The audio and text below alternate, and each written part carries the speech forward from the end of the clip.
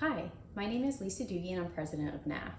Some of you might already be very familiar with NAF, but just in case you aren't, NAF is a national network of education, business, and community partners who help students like you get ready for college, career, and the future. Many of you might already be in a NAF Academy that is helping to think about how what you're learning in high school connects to a future career in IT, finance, hospitality and tourism, health sciences, and so many different industries. The really cool thing is that we bring in industry professionals so that they can help in high school, so that as you're starting to think about, why am I learning this? How is that going to connect to me wanting to be a career finance person? Or I want to be an engineer. Why am I learning this in high school? We want to make sure that we're bringing in the people who are the leaders in those fields who can really help you understand why you're learning, what you're learning. And I've had a very interesting career path getting here, and actually would have loved to have had some of these experiences that many of you are getting in high school while I was in high school, because I will admit to having very little direction when I went through high school and got to college. I'll take you back on my career path. I started out actually graduating from a school with a marketing degree. However, I had started college pre-med and changed my major 3 times. So when I finally graduated with my marketing degree, I was very excited to actually have a degree in something, having changed my major so many times. So when I graduated, I actually started working in fashion. So that was something that was a little bit out of the blue for me, but it was something that I was interested in. And my first job in fashion was actually very interesting. I used all of the customer data that we had at a fashion design house called Chanel, that some of you might know. And I used the customer data to help us think about, what are people buying, why are they buying it, and how can we create better marketing programs so that our customers understood what Chanel was offering and how we could better serve them. So it was a really interesting place to start my career and really start to understand how important data-driven decisions are to what any kind of business is trying to accomplish. And so that's been the theme throughout my career. After Chanel, I actually went back to school and got my MBA.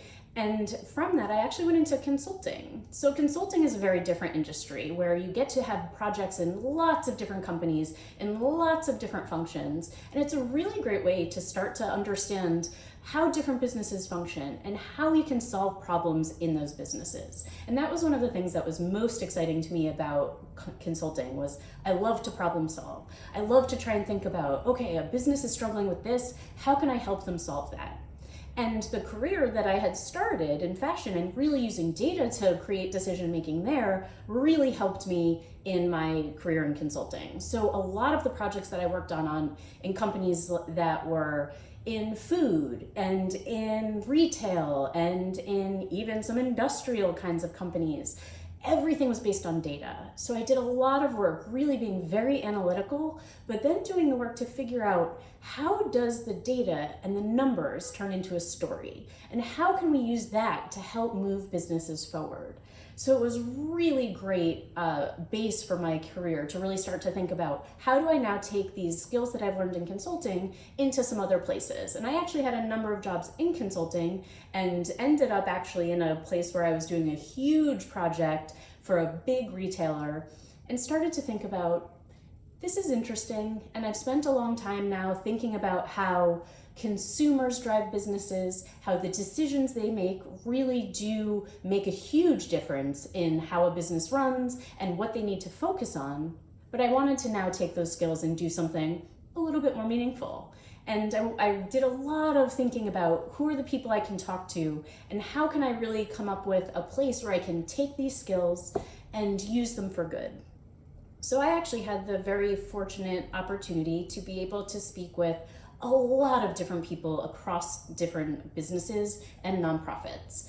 And one of the people who I spoke with was Sandy Weil, who's actually the founder of NAF. And interestingly, he's also very focused in healthcare, which was something that I was very interested in, because if you remember from the beginning, I had actually started my college experience in medicine, and I thought I was going to be a doctor. So I thought that maybe I could use a lot of this data-driven skill development that I had created in healthcare. And as I started to talk to him, he started to talk about NAF and how incredibly important it is to make sure that we are using those kinds of skill sets and thinking about the data that we have as we create an organization like NAF to make sure we're continuously improving it.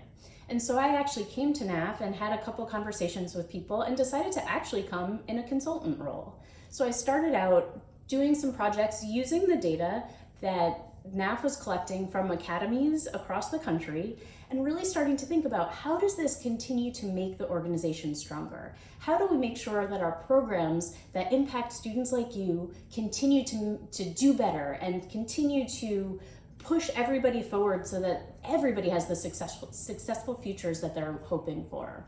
So I came to NAF, of course, expecting it to be a consulting project, which tend to last a couple months. And I thought I'd be here for a while and then move on after I finished the project I was working on.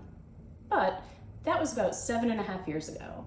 So I alluded to at the beginning of the conversation that I have had a number of different jobs at NAF. And so after my stint consulting with NAF, I did decide that I loved the organization and I wanted to stay on full time. So I started my career at NAF in a role that was very much focused on reaching out to different districts and helping to expand our network. And that was really interesting. But one of the things that we realized was NAF itself is a great brand. And I had a lot of experience helping to build brands and use the data that we had to make sure our brand story was resonant and really made the organization stronger. So I moved into a marketing and communications role at NAF. So I worked in marketing and communications for a while, and then as the organization continued to grow and we continued to focus in different areas and build the size of the organization, I moved into the chief operating officer role. And in that role, I oversaw all of our operations functions, which included things like marketing and communications, but also finance and IT and administration and HR and research and data. So a lot of the things that I had been doing throughout my career were now in my purview at NAF. And as, again, we continue to build and we continue to evolve the organization to make sure that we're having the best success rates for all of you students, and that we're continuing to push the envelope with all of the partners that we work with, and that we have more business partners coming in, and that we have more engagement across all of the different places that we work. We really continued to build up, and I moved into the president role to get to oversee so much more of what the organization is doing and get to have more contact with so many students like you. So it's been an incredible journey, and it's been really fun to get to see so many different parts of many different organizations and getting to understand how different businesses run. And I think that that's one of the really interesting things as you think about your career and you think about your education as a pathway to your career. Be a sponge. Really think about all the different things that you can learn. And even if you're somebody who thinks that you're very creative and you don't really like numbers, it's actually really interesting how much numbers can drive creativity and creative decision making and being very strategic and thinking about how an overall organization can run. You can't forget about how important the data is and the numbers are, and really thinking about how can you analyze things so that you can tell a better story, or you can make a better decision, or you can even make a better sale and make sure that your boss might understand why you want to do something or why you're going to change something. So one of the biggest pieces of advice that I would have is that as you think about what you study and where you put your efforts, think sometimes about the things that you might not think are so important or might not feel so connected to what you want to do, because that actually can potentially be one of the biggest drivers. I think I would have said when I was graduating from college, I'll never use spreadsheets. I will never do anything that requires me to crunch numbers, when that has ended up being the primary focus of a lot of my career. Really has been around data-driven decision making, really using a lot of information and synthesizing it to be able to figure out what the right pathways forward are in whatever business it has been, in whatever industry it's been. So it's been very exciting to figure out how I pull all these different things and all these different parts and pieces. And then, of course, always connecting that to something that's fun. And one of the things that I've also done is I've done a lot of work teaching in different countries and figuring out how I can take everything that I've learned in all the different ways and bring it to other people and to other places. I've taught in Poland, I've taught on a remote island in the South Pacific. And it's been so interesting to not only get to see how these skills can be translated to a different place, but also then how we can bring different information back that improve what we do every day.